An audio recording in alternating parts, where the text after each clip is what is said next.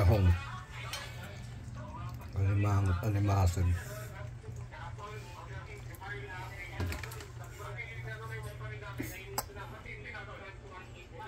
Ulam na dips. Ulam sa tanghalian. Lagay natin alimango.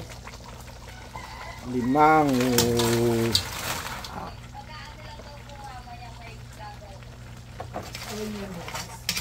Ay, matutulog. Hindi kaya. Kasi tili.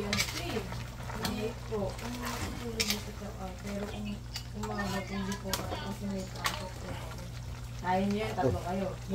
Hindi niyo pasok yan? Pusit. Ipon. Ayun, tatay pati yung pangalawa. Sila rin mo pati.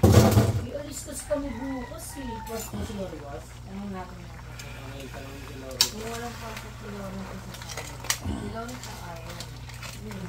Ayaw naman yung nagtatagaan si Minoran.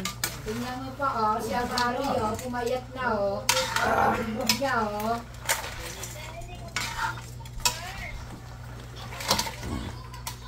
Sabado-linggo po ba? Sabado-linggo. Kasi Sabado dito matutulog. Kailan ba matutulog dito? Sabado lang. Oo, Sabado yung gabi, pwede yun. Wala akong pasok na bukasan. Hindi. Kukunin ko ng umaga. Pusit. Ang Sabado to. Hanggang bukas na bukasan ng linggo na ng gabi. Ganun po. Yan ang tahong.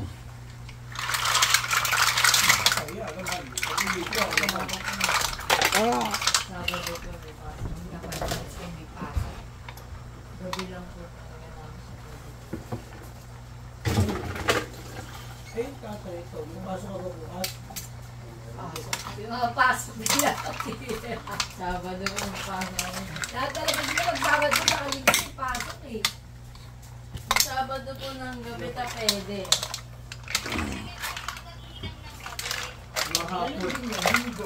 Linggo ang pasok.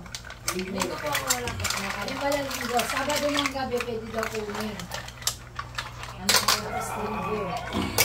Alas 5. Ala ka! Oh, sabi mo alas 6 o alas 7. Narecho ko. Pamigay na lang natin. Dati magpalit ka na ng kawali.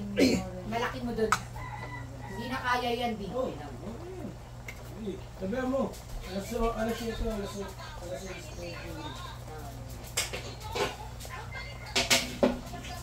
Basta dami ko ba?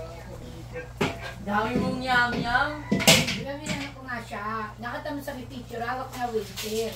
Ayun, yung picture ni Tita yan, kinukuha ko na yan, nanginili na ako. Nakita niya, tinapon yung winter. May na picture tayo, naka-antok sa picture Hindi eh. siya inaantok, hindi siya pababa, yatakot namin sa ipis. Siya makababa, sila pababa. Kaya dyan, makisuyo nga. Hindi ka siya. Kanyawan mo yan, nakanyawan na? Oo. Sa loob, oh, dali. Baba, dyan sa ano, sa basuran, dyan, sa basuran. Yan, kaya yan. Lagay mo doon. Ay, lagay pala doon, lagay, sorry. Yan na. Hindi ka siya. Hindi ka siya, laki niyan eh. Aloy na pa yun.